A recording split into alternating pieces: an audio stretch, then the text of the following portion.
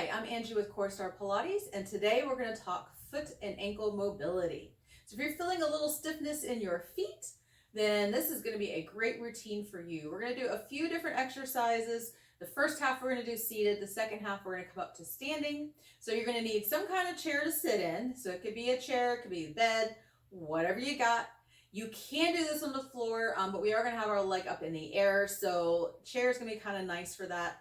You could do the standing. That might be like extra credit though. And then you do need a flex band. So I've got a medium strength flex band here. It does need to be long enough that you can fit the middle around your foot and then have the ends in your hands. And then when we come to standing on a solid surface, hardwood, cement's going to be probably preferable to a carpet just because there's a little bit of a balance piece, and balance is always going to be a little bit easier where you have a solid surface underneath you than when you're standing on carpet, which has a little bit of give. Depends on what kind of carpet you're on. If you're on a really plush carpet, that's certainly going to be more challenge than if you're on, say, AstroTurf. So choose what surface you want to be on, and we'll do that when we get to the second half. So first half, flex band and a chair. I'm going to turn to the side so you can see what's going on. We're going to take the flex band, find your middle point, and you're going to bring that around your foot, and you want a little bit hanging over the top of your toes like so. We're going to bring the leg up, try to keep that knee unlocked, and then we're going to stack up our building blocks. So ribs over hips, shoulders over ribs, head over shoulders. Engage your core because, we're Pilates studio, so let's find the core.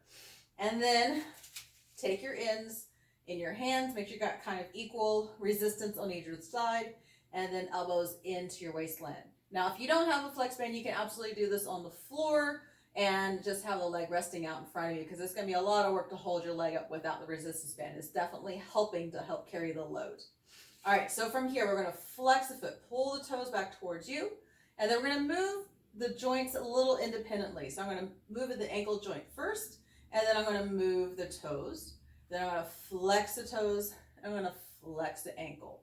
So that's how that happens. Ankle first, then toes, toes, then ankle. Trying to keep the knee unlocked as we do this.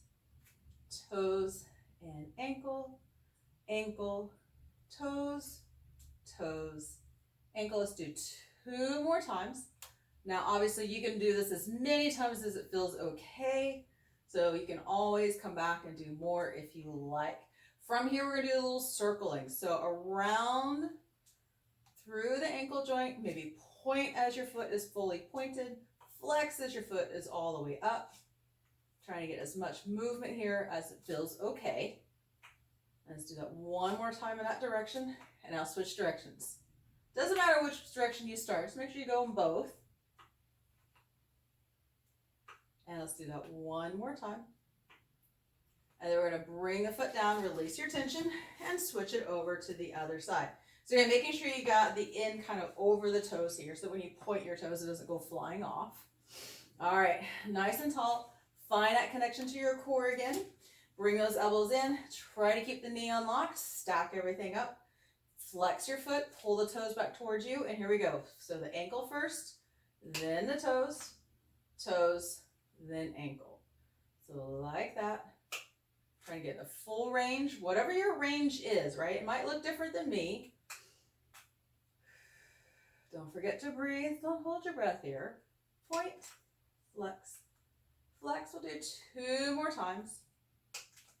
Flex, flex. Last time, point, point, flex, flex. All right, now let's draw those circles. So through the ankle joint, get the whole foot involved. And we'll do that one more time. And I'll go the other direction. Nice big circle, or as big as it feels okay. Last time. There you go. Go ahead and bring that leg down. Take the resistance band off. And now we'll come to standing. Okay, so now we're standing. I'm going to use one of these aerobic steps because that's what I got. So, again, hard surface is going to be a little bit easier. You get a little bit more feedback. It's also going to be a little bit easier to stabilize. A softer surface has a little bit more squish, therefore a little bit more challenging to stabilize. So choose what surface works best for you. You can always do a little bit more challenge if you like. There's gonna be a little bit of a balance piece here. So if you have something nearby that you want to hold on to, like a half wall, a wall, you can use your chair we just used as a prop as well. So that's always a good option too. So what we're gonna do first, I just want you to check in. So stack your blocks again. Now we're gonna start at the feet. So maybe move a little bit forward and back just to find your center point of your foot. And then we're gonna think about the knees, keeping the knees over the ankles and leaving them unlocked. Hips over the knees with a little bit of a neutral stance here, whatever your neutral is. Ribs over hips, shoulders over ribs, and then head balanced over shoulders. From here, I want you to think about the four corners of your feet. So behind the big toe, behind the little toe, are the two corners of the heels. And see if you can root down equally between all 4 points. Kind of lifting the arch up, or a figurative lift of the arch. And of course, if you have bunions or corns or anything that interferes with that equalness, do the best you can with it, okay? All right, so from there, let's lift the toes up, trying to keep that weight equal between all 4 corners. Maybe spread the toes out. If you have toes that are sticking, you can always come down and wiggle them around manually, and then come right back up, check back in, let connection to your core. Keeping all the toes up, and using fingers for this helps, we're gonna take our big toe and we're gonna drop the toe down and lift it up. So now we're getting into some exercises, and we're gonna use some of these small intrinsic muscles in our feet. So you might fatigue fairly quickly, and that's okay. So do as many as you can, come back to it when you can. Trying to keep the weight equal. I know for me, I want to bring my weight towards the center when I'm working the big toe. So try to keep the weight towards the outside as you work that big toe. Let's do that one more time. All toes up. And now we're going to do the pinky toe. So pinky toe down and up as you can. As you see for me, a lot of the toes want to go with. Certainly on this foot, I broke the pinky toe long ago. And now the toe next to it wants to do all of the work while the pinky toe goes along for the ride.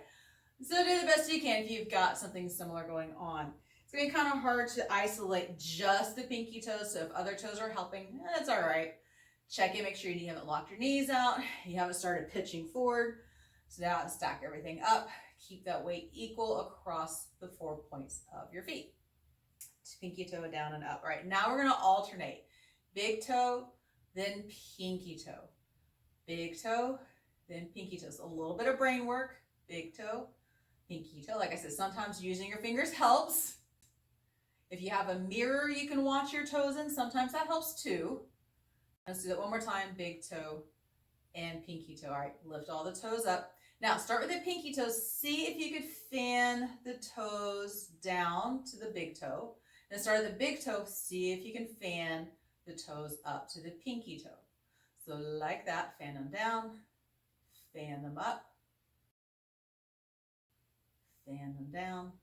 See if you can get as much individuality as you can instead of going down in one big clump. And again, try and keep the weight even across all 4 points.